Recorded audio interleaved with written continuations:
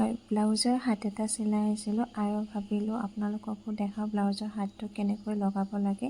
তাৰ আগতে ব্লাউজৰ হাতটো আৰু যিটো মেইন কাপোৰ আৰু লাইনিং কাপোৰৰ চিলাইটো কেনেকৈ কৰিব লাগে সেই ভাবিলোঁ আপোনালোককো মই দেখাই দিওঁ আৰু ময়ো চিলাই লওঁ।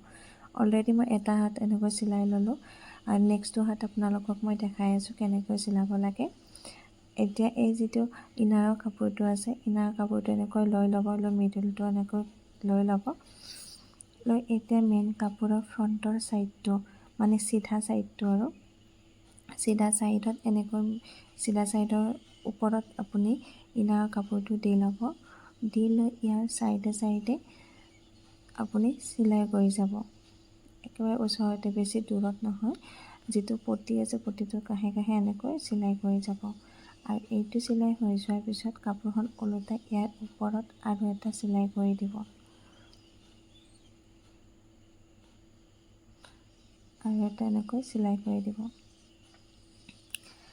এতিয়া ইয়াক ওলোটাই দি দিয়ক। এতিয়া আমাৰ এই ওলোটা ছাইডত ইয়াৰ ওপৰত এটা আৰু এনেকৈ চিলাই কৰি দিয়ক। আৰু এইটো চিলাই হৈ যোৱাৰ পিছত ছাইডৰ বাকী অংশখিনি চিলাই কৰি দিব, বন্ধ কৰি দিব। এইখিনি গোটেই চাৰি চাইডে এনেকৈ চিলাই কৰি লৈ ল'ব। হৈ যোৱাৰ পিছত ইয়াতে এতিয়া ছাইডত থকা বেছি হৈ যোৱা কাপোৰখিনি আমি কাটি ল'ম। যিহেতুকে আমি মেইন কাপোৰটো অলপ ডাঙৰকৈ ৰাখোঁ, সেই মেইন কাপোৰৰ বেছি হৈ থকা অংশখিনি কাটি উলিয়াই পেলাই দিলোঁ। আৰু এইখিনি কাটি হৈ যোৱাৰ পিছত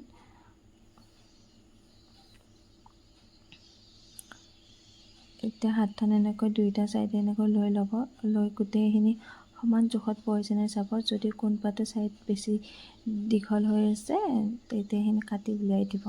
আৰু এইখিনি হৈ যোৱাৰ পিছত এতিয়া আমি হাতখন লগাম। হাতখন লগাবৰ কাৰণে দুইটা হাত এনেকৈ লৈ ল'ব। লৈ এটা হাত আপোনাৰ যিটো ফ্ৰণ্টৰ ছাইডটো এনেকৈ ব্লাউজটো পাৰি ল'ব। লৈ ব্লাউজৰ হাতটো এতিয়া এনেকৈ লৈ ইয়াতে দেখিব যিহেতুকে ফ্ৰণ্ট ছাইডত বেছিকৈ কটা আছে আৰু এই বেছিকৈ কটা অংশখিনি আমি ব্লাউজৰ ফ্ৰণ্ট ছাইডত হ'ব লাগিব। যিহেতুকে আমাৰ সদায় ব্লাউজৰ ফ্ৰণ্ট ছাইডত আপোনাৰ আধা ইঞ্চি এটা বেছি কটা থাকে। এতিয়া এই ব্লাউজৰ হাতটোৰ যিটো মাজত যিটো আমি কাটি মানে ৰাখি দিছিলোঁ, চিন লৈছিলোঁ, সেই মাজৰ পৰা আৰু ব্লাউজৰ কান্ধৰ যিটো চিলাই আছে সেই চিলাইটো একেলগে লৈ ল'ব। এনেকৈ বহাই ল'ব। লৈ সেই দুইটা মিডলৰ পৰা আগতে আমি চিলাই কৰি যাম। যিহেতুকে আপোনালোকে এনেকৈ মিডলৰ পৰাহে লগাব সদায় হাতটো, তেতিয়া ফিনিচিংটো আপোনাৰ ভাল হ'ব। আৰু এনেকৈ মাজৰ পৰা মই এনেকৈ চিলাই কৰি যাম। আৰু যেতিয়া আপোনালোকে হাতখন চিলাব তেতিয়া ব্লাউজৰ কাপোৰটো মানে ব্লাউজটো আপুনি টানি নধৰিব, লাহে লাহে এনেকৈ চিলাই কৰি যাব। আৰু যেতিয়া আমি ব্লাউজৰ হাতটো কাটিছিলোঁ তেতিয়া আমি এটা জোখত চিন লৈছিলোঁ ন, সেই চিনটোৱে আৰু ব্লাউজৰ গাৰ মেজাৰমেণ্টৰ চিনটো সমানত মিলিছেনে নাই আপুনি চাই ল'ব।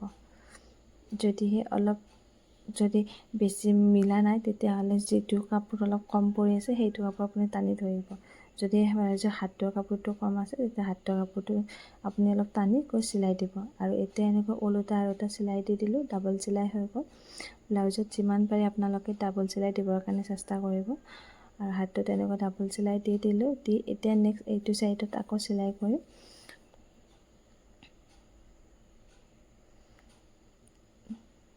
দেখিছেনে? নেক্সট এইটো ছাইডো এনেকৈ চিলাই আহিলোঁ।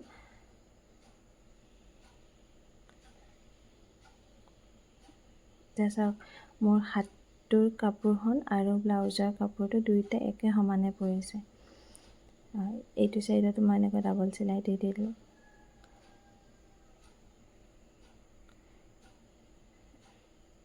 এতিয়া মোৰ হাতটো লগোৱা হৈ গ'ল।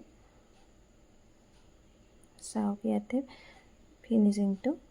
আৰু হৈ যোৱাৰ পিছত এনেকৈ এটা ছাইডত এটা চিলাই কৰি ল'ব। আৰু যিটো আৰ্মহোলৰ যিটো আমাৰ এই চিলাইটো আছে হাতৰ, সেই দুইটা ছাইডৰ চিলাই সমান জোখত পৰিব লাগে, তেতিয়াহে ব্লাউজটোৰ ফিনিচিংখিনি ভাল হয়। আৰু আপোনাৰ মেজাৰমেণ্ট অনুসৰি হাতখন চিলাই ল'ব। নেক্সট হাতটো মই চেম একেধৰণে লগাম। ভিডিঅ'টোত দেখা নাথাকোঁ, ভাল লাগিলে লাইক কৰিব।